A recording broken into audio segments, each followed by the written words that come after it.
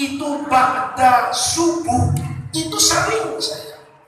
Tapi Isra Mi'raj subuh-subuh baru kali ini. Saya itu tidak merasa datang ke masjid ini tuh mau acara Isra Mi'raj. Tiba-tiba itu banyak orang. Saya berpikir ini kayaknya Isra Mi'raj. Dan ini tentu Isra Mi'raj yang tidak pernah saya lupakan seumur hidup. Karena ini betul-betul mengenang sejarah. Isra Mi'raj Nabi itu malam-malam. Nabi menceritakannya pagi-pagi. Sayyidina Abu Bakar itu diberi julukan As-Siddiq. Itu diantaranya kata ulama. Karena ketika Rasulullah menceritakan apa yang beliau alami dari peristiwa Al-Isra wal Mi'raj, sobihata dzalika yaum, pada pagi harinya itu Nabi cerita itu perjalanan yang tadi dibaca sama Qori itu diceritakan sama Rasulullah. Itu pagi-pagi. Kita ini ada di jalan yang benar dan pada waktu yang benar. Jadi kalau diundang Isra Mi'raj malam-malam, saya itu ada alasan untuk tidak ceramah. Kenapa? Belum selesai Isra Mi'rajnya. Tunggu dulu, nanti Rasulullah selesai turun, baru cerita Al-Isra wal Mi'raj. Ini kata orang, mudah-mudahan menjadi tafakulan. Ini menjadi isyarat. Mudah-mudahan yang hadir pagi hari ini itu mendapatkan keberkahan dan semua kebaikan yang ada dalam peristiwa Al-Isra wal Mi'raj. Bapak Ibu hadirin sekalian yang saya muliakan, mukjizat Rasulullah itu adalah mukjizat yang bersifat abadi, berbeda dengan mukjizat semua nabi yang diberikan oleh Allah sebelum Rasulullah. Itu biasanya hebat di masa lalu, mengagumkan pada masanya.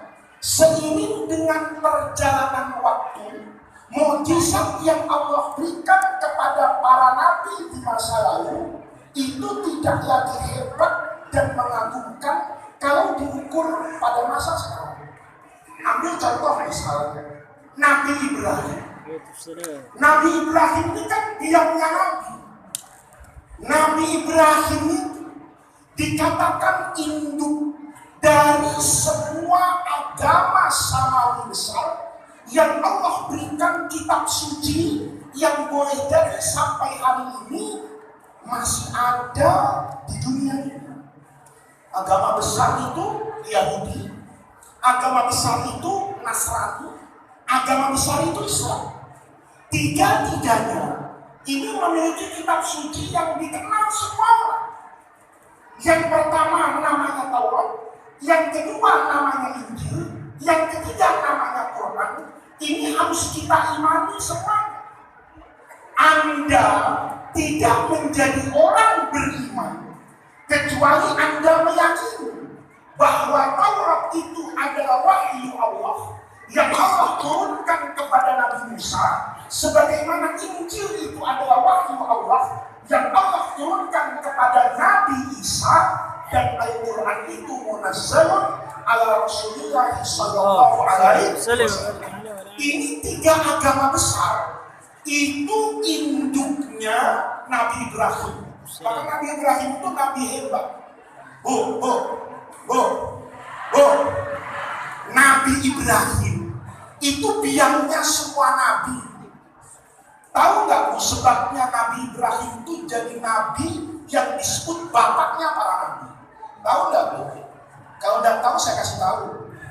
Nabi Ibrahim itu menjadi bapak biangnya semua nabi yang membawa syariat besar itu karena Nabi Ibrahim istrinya 2. Allah. Jadi Nabi Ibrahim ini jadi nabi yang hebat karena istrinya 2. Suami itu tidak hebat karena istrinya 1. Bu, ini dengerin nih, nanti vouchernya ditanya nih Pak. Nanti ada pertanyaan sebelum menukarkan voucher. Kenapa Nabi Ibrahim jadi nabi yang hebat? Jawabannya? Bu, jawabannya karena istrinya. Kenapa jawabnya ragu-ragu? Bu, Al-Quran itu Bu, menceritakan banyak contoh rumah tangga. Ada rumah tangga dalam Al-Quran itu suaminya masuk surga, istrinya masuk neraka. Apa contohnya? Nabi Nuh. Apa contohnya? Nabi Nuh. Itu istrinya Nabi Nuh itu masuk neraka. Nabi Nuhnya masuk surga. Ada contoh rumah tangganya di Bali. Istrinya Allah kasih istana di surga, suaminya dibakar sepanas-panasnya di neraka. Itu rumah tangganya Fir'aun. Ada yang suaminya masuk surga, istrinya masuk surga. Itu Nabi Ibrahim. Kalau saya tanya sama ibu, dari 3 rumah tangga ini, ibu mau kayak Nabi Nuh, kayak Fir'aun, apa kayak Nabi Ibrahim? Bu, mau kayak Nabi Nuh, mau kayak Fir'aun, apa kayak Nabi Ibrahim? Jawab. Sebentar. Ini pengajian ada rekamannya? Rekamannya jangan hilang. Ibu-ibu tadi sudah saya tanya loh, mau rumah tangga kayak apa? Teriak, kayak Nabi Ibrahim. Besok Senin, Bapak ke KUA. Daftar kawin lagi. Nanti sama KUA ditanya kan, kalau mau kawin lagi boleh Pak, tapi mana izin dari istri Bapak? Bapak bawa rekaman pengajian ini. Bapak kasih tahu sama KUA, itu istri saya ngaji. Begitu ditanya, rumah tangganya mau kayak siapa? Istri saya kencang menjawab, kayak Nabi Ibrahim. Itu kalau ngaji usul fikih, mafhumnya saya disuruh kawin lagi karena Nabi Ibrahim istrinya 2. Bu, nyesel gak ngaji subuh ini? Bu, kata ibu-ibu, nyesel kok datang. Ngaji apaan ini Ustaz? Tenang Bu, orang kalau ngaji sama saya aman. Nanti nih ibu pulang, suami akhir zaman nih, yang casingnya model kayak begini nih, yakin Pak, yang diingat itu cerita Nabi Ibrahim itu. Apa yang saya ceramahkan setelahnya itu tidak penting. Yang penting gua punya senjata untuk besok kawin lagi. Kebaca Pak, biar kajian, sorbanan, jasan, itu semua saya tanya di sini, pasti cita-citanya punya istri 2. Cuma sayang Ustaz, itu terbatas hanya pada cita-cita. Karena orang yang poligami itu sebetulnya nggak butuh adil dan nggak butuh berani, butuh tega. Kalau Bapak tega, nah itu saya sukses.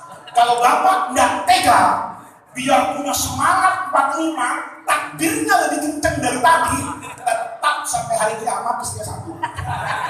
Bu, nanti nanti nih Bu, suami-suami akhir zaman ini pulang pasti nanya ibu, Neng, sini tadi ngaji gak lo? Ngaji. Lo waktu ditanya mau kayak Nabi Nuh, Fir'aun, apa Nabi Ibrahim? Lo jawab apa? Nabi Ibrahim. Kata istrinya, suaminya pasti ngomong, berarti Rego, gua besok kawin lagi supaya jadi Nabi Ibrahim. Jawabku, iya, saya kepengen abang betul-betul seperti Nabi Ibrahim. Habis itu diterangin, tapi Bang, dalam sejarah Nabi Ibrahim itu nikah 2, itu setelah tidak mempan dibakar.